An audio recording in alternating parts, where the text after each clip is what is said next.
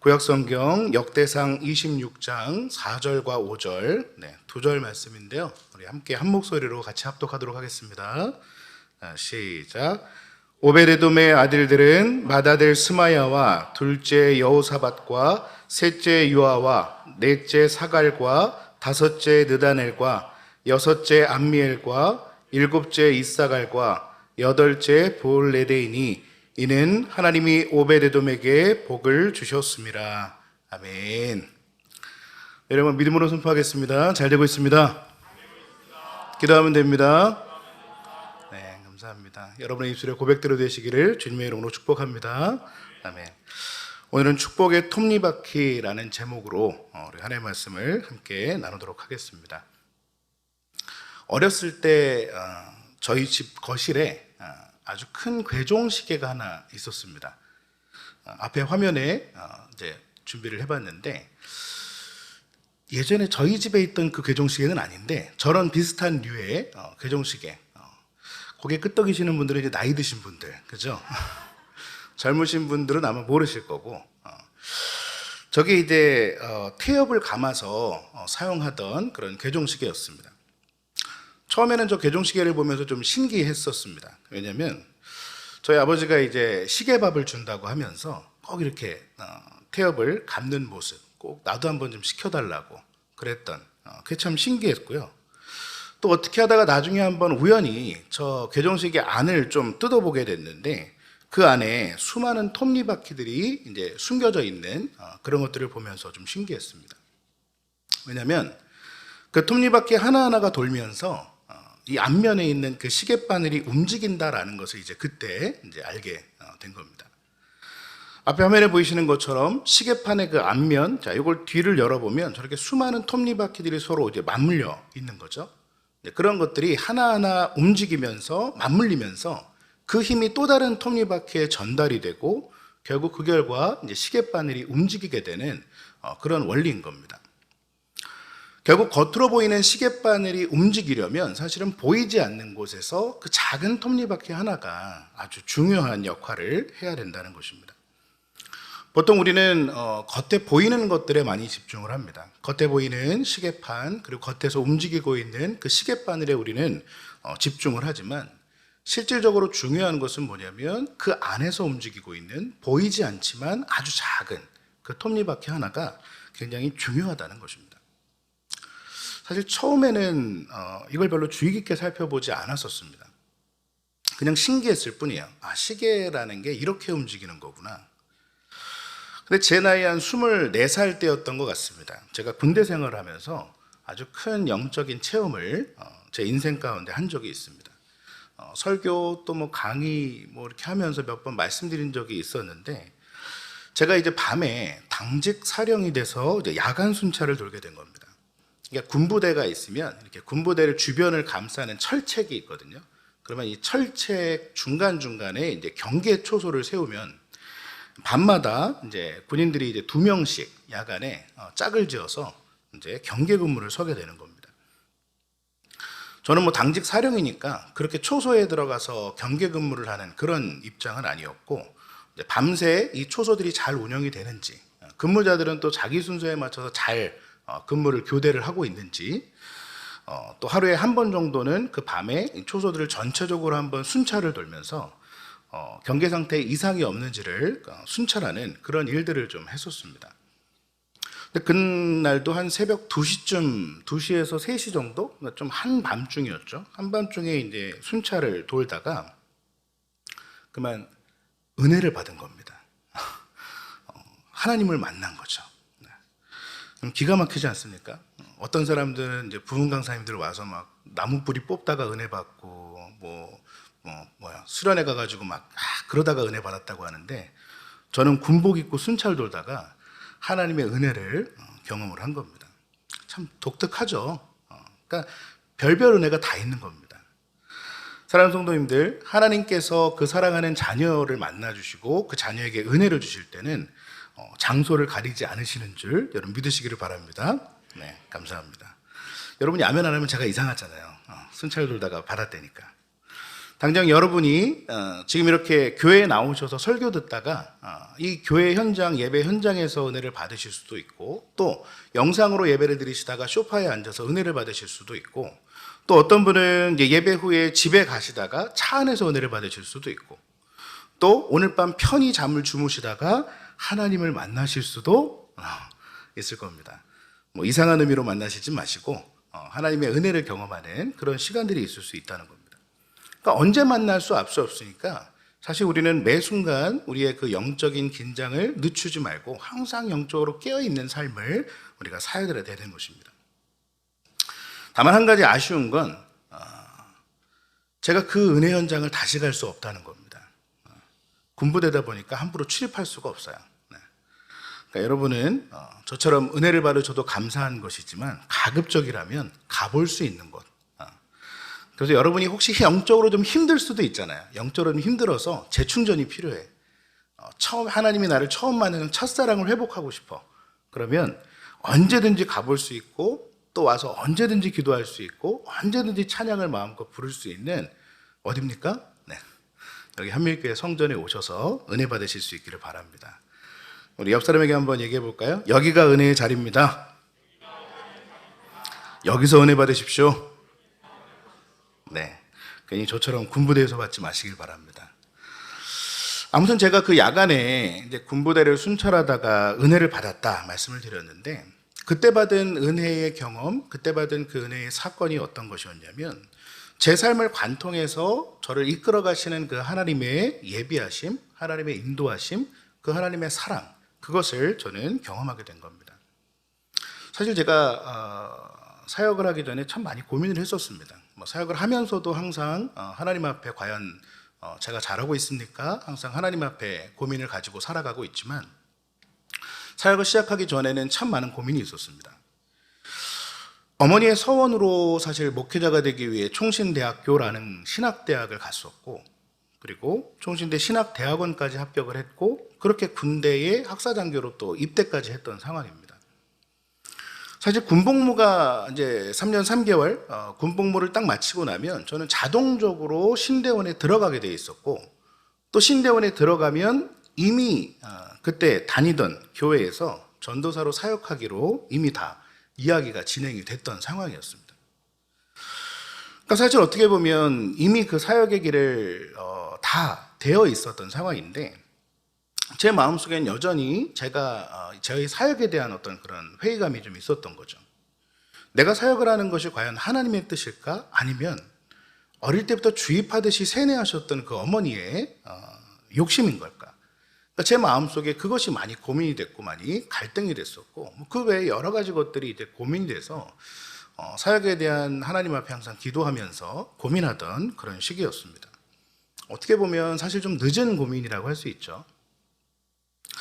그런데 제가 그런 고민 속에 이제 순찰을 돌다가 한 묘지 앞을 지나게 된 겁니다. 군부대 안에, 철책 안에 이제 묘지가 있었는데, 그 묘지를 이제 없애지 않고 묘지까지 이제 군부대 안에 있었던 거죠. 그 묘지 앞을 지나가는데, 하나님께서 그 묘지 앞에서 제가 어렸을 때부터 항상 고민해오고 또 생각해오던 그런 모든 것들을 이제 거실에 있는 그 시계 안의 태엽같이 보여주시면서, 제가 지금까지 살아왔던 그 어릴 때부터의 인생들을 쫙 필름을 펼쳐놓는 것처럼 쫙 펼쳐주시면서 이렇게 보여주시는 겁니다. 그러니까 그때서야 제가 이제 그게 이해가 되는 거야. 왜 내가 우리 부모님의 자식으로 태어났었는지, 그리고 왜 그 술주정뱅이였던 아버지를 교회 목사님은 뭘 믿고 교회산을 관리하는 관리인으로 세우셨는지, 또 아무 연고 없이 그 강화 산골에서 사실은 살았어야 될 저의 인생인데, 아무 연고도 없는 부천의 한 교회에서 그 술주정뱅이 아버지, 그 아버지를 또 관리집사, 사찰집사로 부르셔가지고 또 교회 안에서 살아갈 수밖에 없도록 만드셨는지, 제가 총신대학교를 가게 된 것, 또 그 안에서도 또 전공을 택하게 된 것, 결국 신대원에 합격했던 그 모든 일들이 왜 내 삶에 이런 일들이 일어날까라고 고민해왔던 것들이 이해가 되지 않았었는데, 그런데 그날 밤 그 묘지 앞에서 하나님은 그 모든 것들을 다 쫙 연결시켜 주시면서 그런 뒤엉켰던 저의 기억들을 하나로, 맞춰 주신 겁니다. 그러면서 시계판 뒤에 그 시계 태엽들이 질서정연하게 들어가 있어서 어느 하나가 움직일 때 또 다른 것이 맞물리면서 결국은 하나의 시계바늘을 움직이는 것처럼 하나님이 내 인생을 어떻게 인도하셨는지, 나의 삶의 굴곡이 있을 때마다 무엇을 예비하시고 어떠한 사람을 만나게 하셔서 그것들을 이겨내게 하시고 또 다른 길로 가게 하셨는지를 하나님은 보여주신 겁니다. 그때 이제 제가 저의 삶을 보면서 내린 어떤 이미지, 그 모습이 뭐였냐면, 시계의 톱니바퀴 같은 삶이구나, 이런 생각을 이제 하게 된 겁니다. 보이지 않는 곳에서 하나님이 준비하신 작은 톱니바퀴 하나하나가 저의 인생을 만들어가고 있었구나라는 것을 거기에서 제가 딱 체험하면서 하나님 앞에 무릎 꿇고 이제 다시 한번 제 입술로 하나님께 서원하고 제 사역의 길을 다시 한번 또 힘차게 시작하게 된 것입니다. 결국 내 삶에 일어났던 모든 일들이 사실은 어느 것 하나 우연한 것이 없었고 어느 것 하나 잘못된 것이 없고 모든 일들이 다 이렇게 짜임새 있게 맞물려 있고 예비되어 있는 곳이구나라는 것을 깨닫게 된 겁니다. 제게 일어난 그 모든 것들을 사실 지금 이 시간에 다 이야기할 수는 없겠지만, 제가 그 경험을 하고 느낀 건 뭐냐면, 내 삶에 일어나는 모든 일들은 다 하나님의 계획 가운데 있었구나라는 것이었습니다. 때로는 내가 과거에 했던 어떤 행동들이 나로 하여금 하나님 앞에 회개하게 만드는 일이 되었기도 했고, 또 반대로 내가 했던 어떤 일 때문에 나중에 내게 일어난 어떤 문제가 해결되어지는 그런 축복의 어떤 계기가 되기도 했던 것들을 이제 알게 된 것입니다. 그러니까 우리의 삶에서 우리에게 일어나는 모든 일들을 경험함에 있어서 우리는 하나님 앞에 영적 긴장을 늦추면 안 된다는 것입니다. 오늘 우리가 읽은 본문에 등장하는 이 오베데돔이라는 사람이 있는데, 이 오베데돔이라는 사람 역시도 자신에게 주어졌던 그 삶의 작은 톱니바퀴들을 정말 그는 성실하게 하나님 앞에서 책임을 다해 그는 완수했던 사람입니다. 사실 자기에게 주어진 그 역할에 따라서 그는 그 일을 했을 뿐입니다. 나중에 우리가 좀 살펴보겠지만 아주 어마어마한 일을 한 것은 아니에요. 그가 했어야만 하는 일을 했던 겁니다. 그런데 하나님은 그 일로 인해서 그 사람의 삶을 아주 놀랍도록 축복해 주셨다는 것입니다.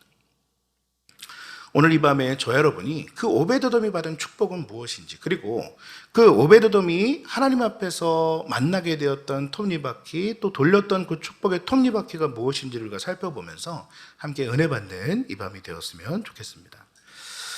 여러분, 우리가 다윗이라는 사람을 잘 알잖아요. 다윗은 참 위대한 왕이었습니다. 그런데 그런 위대한 왕이었던 다윗에게도 이루지 못했던 소원이 하나 있습니다. 그게 뭐냐? 바로 하나님의 성전을 건축하는 것이었습니다. 다윗의 마음속에는 성전을 건축하고 싶은 욕구가 너무 컸어요. 그 열정이 너무 컸습니다. 그런데 문제는 뭐냐? 다윗은 건축을 하고 싶고 다윗은 열정이 넘치는데 하나님이 원치 않으셨어요. 하나님이 허락하지 않으신 겁니다.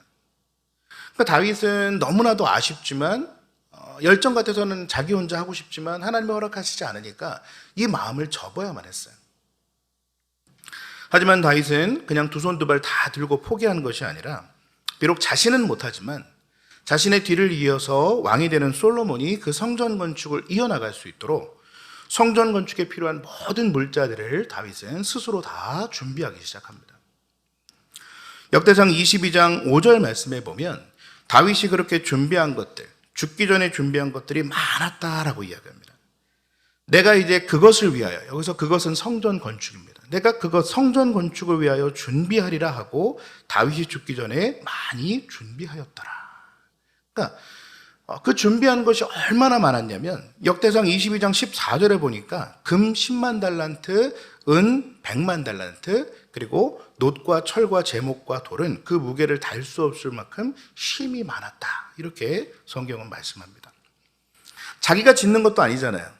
그죠? 자기가 짓기 위해서 그렇게 많이 준비하고 그랬다면 좀 괜찮겠지만, 자기가 지을 것은 아닌데 자기 뒤에 후대인 솔로몬이 지을 수 있도록 다윗은 자기의 영광이 아니라 하나님의 성전을 위해서 자기가 할 수 있는 그 당시의 일을 그는 쉬지 않았다는 것입니다.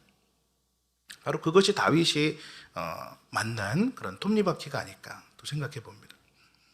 사실 그것만 해도 어마어마한데 다윗은 거기서 또 그치지 않았어요. 그러니까 성전 건축을 위한 재료만 준비한 것이 아니라 성전 안에서, 아직 지어지지도 않은 그 성전 안에서 봉사할 그런 레위인, 그 봉사자들까지도 미리 다윗은 준비를 했습니다.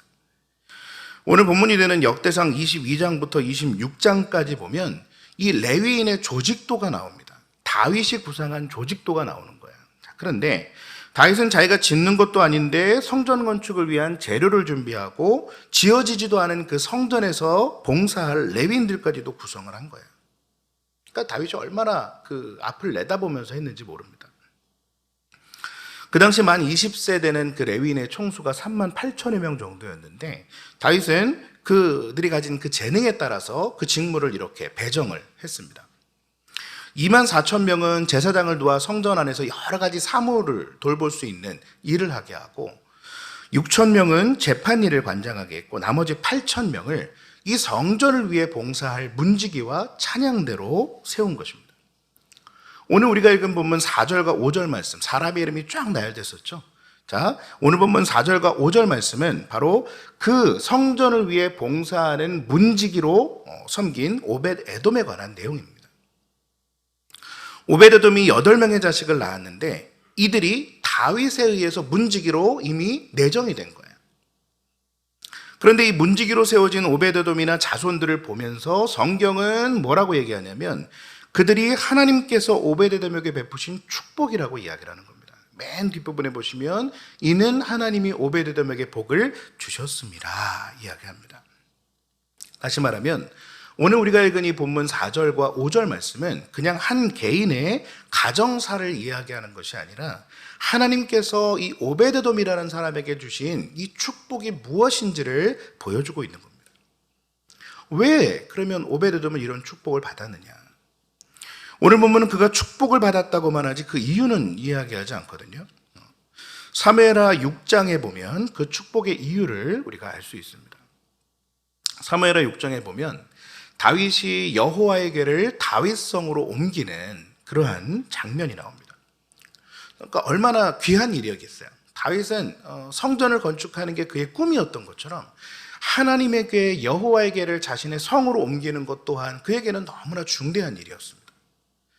그런데 그 궤를 운반하던 우사가 여호와의 궤, 그 성물에 손을 댄 거예요.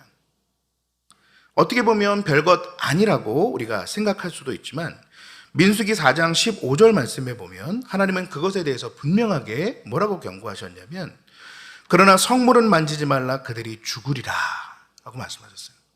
자, 성물은 만지지 마라. 그럼 어떻게 된다? 죽는다라는 거예요. 너희가 성물을 만지면 죽을 것이다. 자, 그게 하나님의 경고인데 우사가 그 성물을 만진 겁니다. 그러니 어떻게 되겠습니까? 우사가 죽겠죠. 자, 그러니까 그 기쁨의 자리가 순간적으로 분위기가 쫙 다운돼 버린 겁니다. 하나님의 법궤를 다윗성으로 옮기는 것은 다윗에게도 또 그 백성들에게도 정말 놀라운 기쁨의 잔치 같은 일이었을 겁니다. 그런데 우사가 죽으면서 그 기쁨과 즐거운 잔치 같은 그 일이 이제는 두려운 일이 되어버린 거예요. 실제로 사무엘하 6장 9절 말씀에 보면 다윗은 그 일로 인해 여호와를 두려워했다라고 이야기하고 여호와의 궤를 옮기는 것을 즐거워하지 않았다. 즐거워하지 않았다. 성경은 이렇게 이야기합니다. 그래서 다윗성으로 가지고 오려고 했던, 옮기려고 했던 여호와의 궤를 어디로 보내냐? 가드 사람 오벳 에돔이라는 사람의 집으로 보낸 겁니다. 그럼 참 재밌지 않습니까? 당장 눈앞에 보이는 그 우사의 죽음 때문에 지금 다윗은 여호와의 궤를 옮긴다는 것에 대한 본질을 그가 잊어버리고 있는 거예요. 우사가 죽을 수 있죠. 여러분, 잘못하면 죽을 수 있습니다. 그럼 그 죽음 앞에 우리가 해야 될 일은 뭐냐? 자, 죽는 게 문제가 아니라 죽음이라는 그 문제를 우리가 맞닥뜨렸을 때 우리가 해야 될 일은 뭐냐는 거예요. 우사가 죽은 이유가 무엇인지를 살펴봐야겠죠. 그리고 다시는 그런 일이 생기지 않도록 여러분 또 다른 방법을 찾아서 다시 한번 그 여호와의 궤를 옮기는 본질에 우리가 돌아가야 된다는 겁니다. 그런데 다윗은 두려움에 빠져서 그 본질을 놓쳐버린 거예요. 그렇게 다윗이 놓친 작은 톱니바퀴 하나, 여호와의 궤라고 하는 너무나 귀한 그 톱니바퀴, 축복의 톱니바퀴가 누구에게로 옮겨졌느냐? 가드 사람 오베데돔의 집으로 들어가게 된 것입니다. 여러분, 오베데돔은 앞서도 말씀드렸던 것처럼 레위인이었어요. 근데 마침 이 우사가 죽던 그 장소에서 이 오베데돔의 집이 가까웠어요. 그러니까 아마 오베데돔도 이 우사가 하나님의 징계로 죽는 장면을 그는 목격을 했을 겁니다. 다윗만 두려워했겠습니까? 거기에 있던 모든 사람들이 그 죽는 현장을 보면서 얼마나 마음이 무섭고 두려웠겠어요. 그리고 다윗이 그것이 두려워서 자신의 집으로 이 여호와의 궤를 보내고 있다는 것도 알았을 겁니다. 하지만 그럼에도 불구하고 오베데돔은 두려워하지 않았다는 거예요. 아니, 성경은 그저 여호와의 궤가 오베데돔의 집에 석 달을 있었다라고만 기록을 합니다. 사무엘하 6장 11절에 보면 여호와의 궤가 가드 사람 오베데돔의 집에 석 달을 있었어요. 그런데 여호와께서 오베데돔과 그 온 집에 복을 주시니라 라고 이야기합니다. 자, 이제 모든 퍼즐들이 다 맞춰지시죠? 하지만 만약에 이 오베데돔이 두려워했다면, 나몰라라했다면 하나님은 그에게 복을 주시지 않았을 겁니다.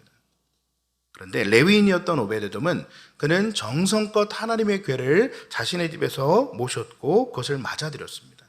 그게 레위인이었던 오베데돔이 해야 될 일이었기 때문에 그래요. 하나님께서 그에게 맡기신 일이었기 때문에 그렇습니다.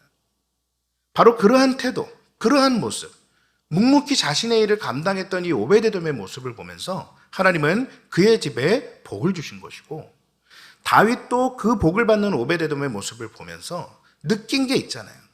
느낀 게 있으니까 그 성전을 봉사할 문지기를 세울 때 이 오베데돔을 빼놓지 않고 성전의 문지기로 그를 세운 것입니다. 성전의 봉사할 자로 그를 세운 거예요. 바로 그것이 오베데돔이 돌렸던 자신의 작은 축복의 톱니바퀴였다는 겁니다. 그가 받은 축복은 무엇입니까? 오늘 본문에서 말하는 것처럼 자손의 축복입니다. 시편 127편 3절에 자식은 여호와의 주신 기업이다.